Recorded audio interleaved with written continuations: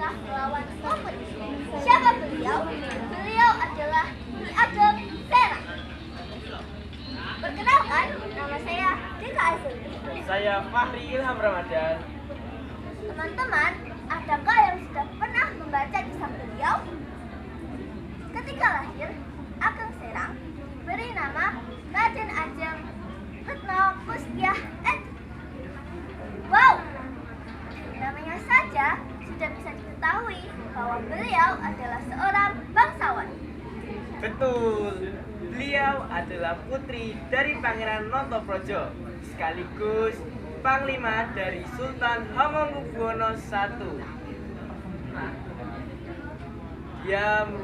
Beliau merupakan keturunan dari Sunan Kalijogo yang lahir pada 1 Oktober 1752. Beliau lahir di Serang, perbatasan Jawa Tengah dengan Jawa Timur. Bukan Serang Jawa Barat loh ya. Teman-teman, ternyata Ageng Serang juga merupakan nenek buyut dari Raden Mas Sawardi Suryaningrat, tokoh pendidikan nasional kita loh teman-teman, yang biasa dikenal dengan nama Ki Hajar Dewantara. Tahu kan siapa Ki Hajar Dewantara itu? Teman, pada awal perang Diponegoro tahun 1830, usia Nyi Ageng Serang 73 tahun. Beliau membantu memimpin pasukan perang Diponegoro untuk melawan Belanda. Bayangkan, usia 73 tahun masih kuat memimpin perang. Luar biasa ya semangatnya. Mana semangatmu?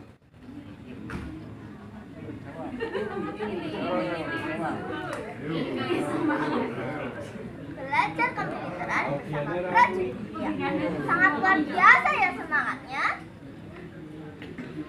Tak hanya itu, Kak. Dia juga penasihat perang dan juga mengikuti perang di daerah antara lain Purwodadi, Demak, Semarang, Juwono, Kudus, dan Rembang.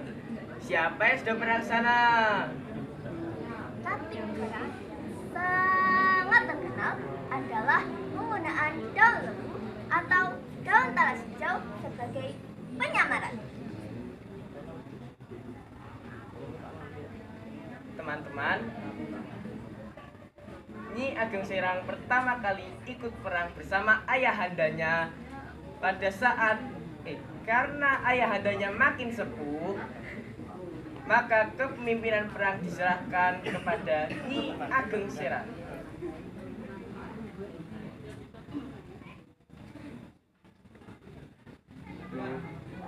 Romo wis sepuh, wis ora kuat mimpin perang. Tugas ini tak paringke marang kowe yo. Maaf Romo, apakah saya sanggup? Kowe iso lho, kowe iso ngenteni Romo sebagai pemimpin. Kesungguhan Romo. Sayang ya, jumlah pasukan Belanda jauh lebih banyak dan saudaranya gugur dalam perang. Ditambah lagi rekannya Pangeran Mangkubumi tidak bisa membantunya. Maka pasukan Nyi Ageng Serang harus terdesak. Akhirnya, Ageng Serang tertangkap dan dikirim ke Yogyakarta dan melakukan banyak kegiatan spiritual. Sampai akhirnya pecah perang Diponegoro dan beliau pun membantu memimpin pasukan Diponegoro.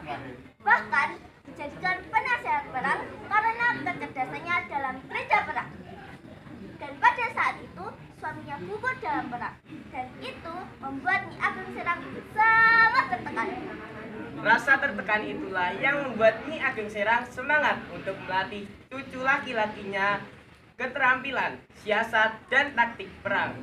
Semangatnya tidak akan memudar.